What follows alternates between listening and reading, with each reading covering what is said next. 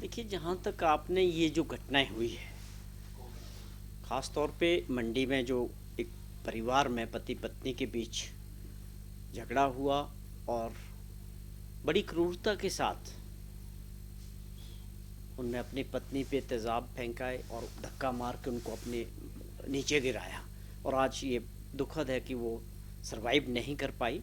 PGI में उनका इलाज चल रहा था और उनके इलाज का जो भी ये मामला जब माननीय मुख्यमंत्री जी तक भी टेलीफोनिकली वहाँ से ये सरकाघाट का मामला है, तो उसके लिए आदेश दिए थे पीजीआई में कि इनका इलाज होना चाहिए और पूरी कोशिश प्रयास किया है जो वो बच जाती, और उसका जो भी खर्चा आएगा वो सरकार ने कहा था कि हम देंगे।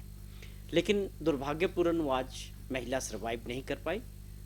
जो हमें सूचना मिली है कि वो अब चलिए, उसका हमें बहुत अफसोस है और दुख है। और जहाँ तक एक परिवार के झगड़े का सवाल है, वो उसको जो है अरेस्ट किया गया है। ये किन परिस्थितियों में तेज़ाब मिला, क्यों उन्होंने रखा था, कहाँ से लाया, और ये सारी चीज़ें उनको अरेस्ट कर दिया गया। केस अपना पुलिस इन्वेस्टिगेशन अपना काम कर रहा है। प्योरली मर्डर केस है और किसी को मतलब आप ये समझें कि सरकार किसी के प्रति कोई नरमी बख्शती है।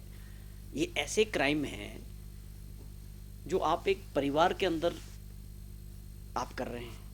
अब इसमें जो समाज है या पुलिस है, वो क्राइम होने के बाद ही एक्शन में आता है।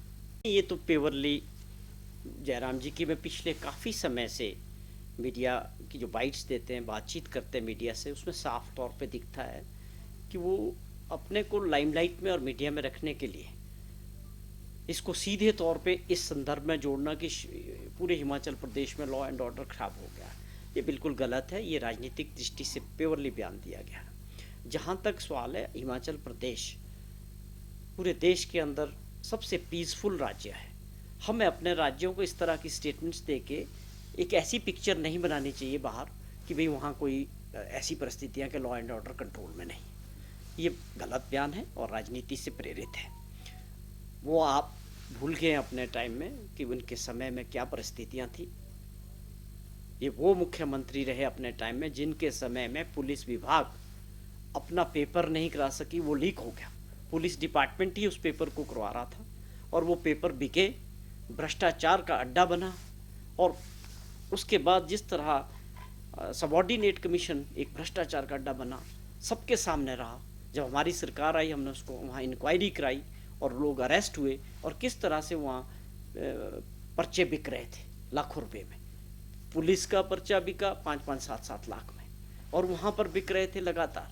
मतलब खुला भ्रष्टाचार हो रहा था पिछले 5 सरकारों में। वो मुख्यमंत्री जो इन चीज़ों को अपने समय में देख चुके हैं और उनके समय में उन्होंने कोई कदम नहीं उठाए, तो आज उनको इस तरह की बात करना कि अगर कोई घटना हुई है, अगर वहाँ पर पुलिस नहीं पहुँच रही है, कार्रवाई नहीं हो रही है, या किसी को बचाया जा रहा है गलत आदमी को, तो मैं समझ सकता हूँ कि आप एक बात कर सकते हैं और सरकार के, पुलिस के और प्रशासन के ऊपर उंगली उठा सकते हैं।